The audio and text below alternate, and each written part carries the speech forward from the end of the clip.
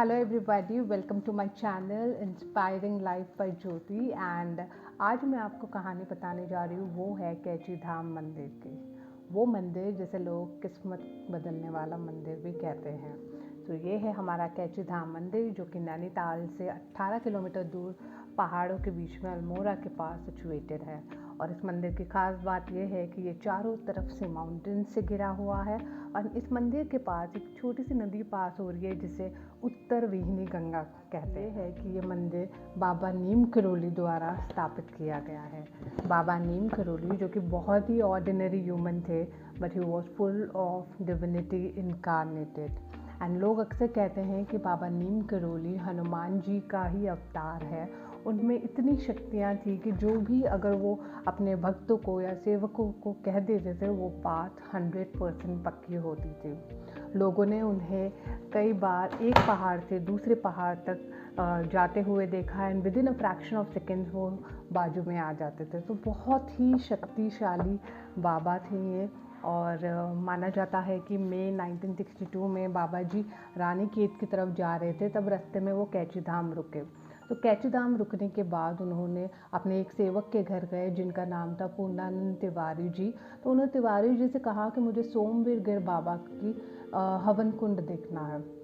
तो मैं आपको बता दूं, कैची धाम जो जगह है वहाँ बड़े बड़े ऋषि मुनि साधु वहाँ पे तपस्या किया करते थे। और उनमें से एक थे सोमवीर गिर बाबा, जो वहाँ पे हवन कुंड में काफ़ी ज़्यादा अपने स्पिरिचुअल प्रैक्टिसेस करते थे और काफ़ी एनलाइटन सोल थे। तो तिवारी जी जब बाबा जी को वहाँ लेके गए तो बाबा जी ने देखा कि वो जंगल का इलाका था और वहाँ पे पूरी ग्रास उग चुकी थी। तो जब उन्होंने सेवकों से कहा कि जाके ग्रास को उखाड़े, तो सबने जब वो ग्रास उखाड़ी तो उन्होंने नीचे वही हवन कुंड देखा। बाबा जी ने आदेश दिया कि वो उस हवन कुंड को जाके उसे पक्का करें, एक प्लेटफॉर्म बना दे। तो सारे सेवक उस काम में लग गए एंड सब ने मिलकर उसे पक्का कर दिया। उस दिन बाबा जी ने अनाउंस किया कि यहाँ पे हनुमान जी का मंदिर बनेगा। सब लोग बड़े ही खुश थे कि हाँ, इस छोटे से कैची धाम में एक मंदिर बनेगा, वो भी बाबा जी की कृपा से।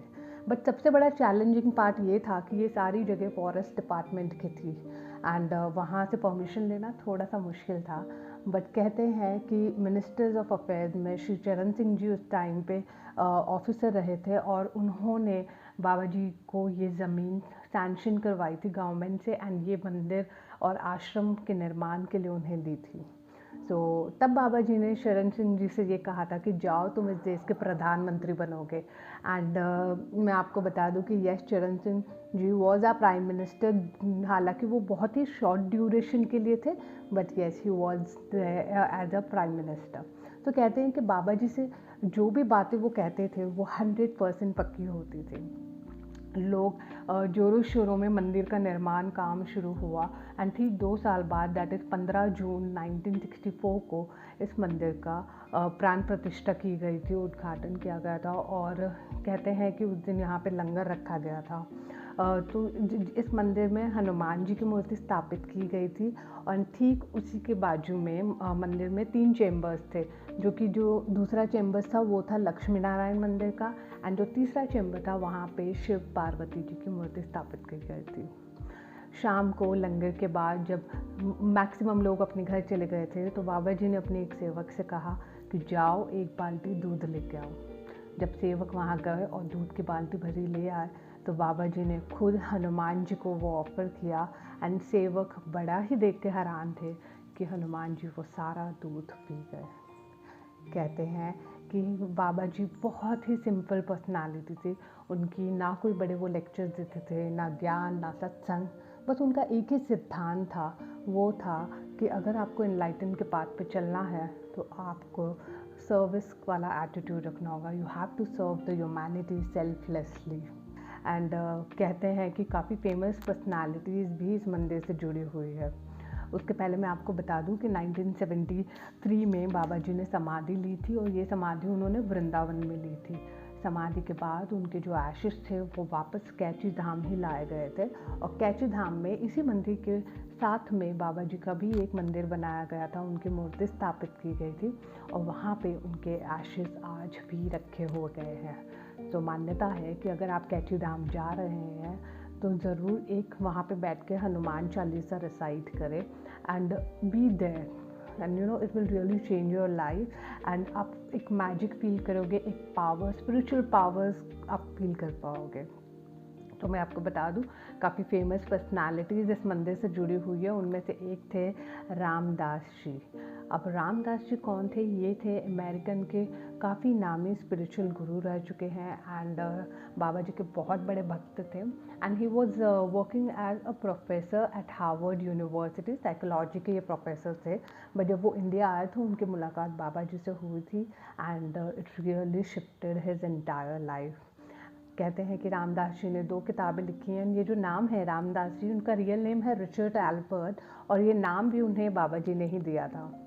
और कहते हैं कि इन्होंने 2 किताबें और लिखी है, be your now and miracle of love, जो कि फुल ऑफ स्टोरीज़ की है बाबा जी और नया कैची धाम मंदिर के बारे में। अब मैं आती हूँ डॉक्टर लैरी के। डॉक्टर लैरी वो शख्स है जिन्होंने इंडिया को स्मॉल पॉक्स इरेडिकेशन के लिए काफ़ी मदद की थी एंड ये भी बाबा जी के काफ़ी बड़े फॉलोअर्स रह चुके हैं। एंड डॉक्टर लैरी के दोस्त थे स्टीव जॉब। तो कहते हैं कि जब स्टीव जॉब्स इनिशियली अपने करियर में स्ट्रगल कर रहे थे, तब डॉक्टर लैरी ने स्टीव जॉब्स को रिकमेंड किया था कि वो कैची धाम मंदिर जाएं। स्टीव जॉब 1973 में कैची धाम आए थे, बट तब तक बाबा जी ने 2 महीने पहले समाधि ले चुके थे। But still Steve job Kainchi Dham गए, वो वहीं आश्रम में रहे and I think 6 to 7 months वो वहाँ पे थे। वो रोज़ सुबह उठ के वहाँ आते थे नहा धो के एंड लोग बताते हैं कि वो सिंपल धोती और T shirt and barefoot used to enter the temple and वो घंटों घंटों बैठ के वहाँ पे मेडिटेट करते थे। 6-7 महीने के बाद जब स्टीव जॉब वापस यूएस गए तो उन्होंने एप्पल कंपनी फाउंड की थी।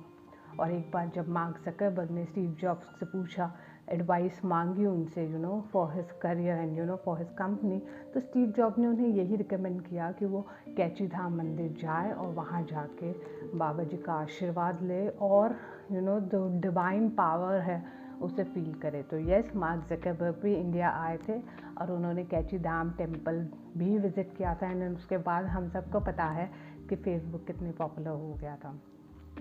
नेक्स्ट इंडियन शख्स है वो है विराट कोहली। विराट कोहली भी नीम करोली बाबा के बहुत बड़े फॉलोअर रह चुके हैं।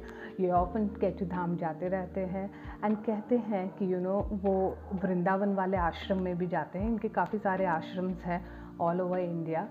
तो ना कि सेलिब्रिटीज़, बट कहते हैं एक कॉमन मैन अगर फुल श्रद्धा आस्था के साथ इस मंदिर में जा रहा है प्योर हार्टेडली, तो उसकी मनोकामना ज़रूर पूरी होगी। और मैं आपको बता दूं कि ये जो मंदिर है ये कॉम्बिनेशन है श्रद्धा, आस्था और धार्मिकता का। तो मैं आप सभी से रिक्वेस्ट करूँगी लाइफ में ज़रूर एक बार इस मंदिर को विज़िट करना and I am sure you are going to love this vibes.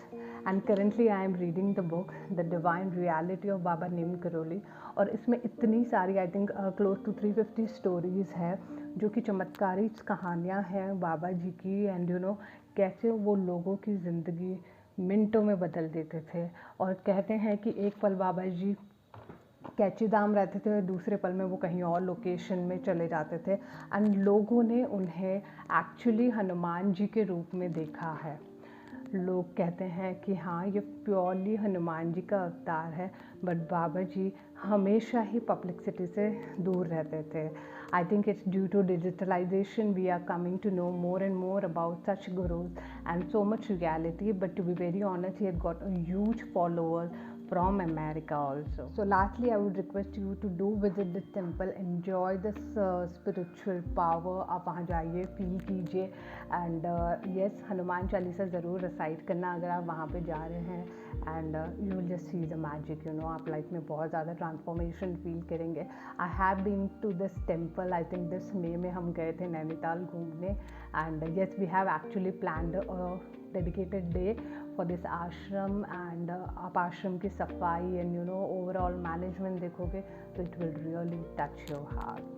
So thank you so much for listening to this story and do share in the comment box if you know any other fact about this temple or Neem Karoli Baba Ji. Thank you so much. Namaste.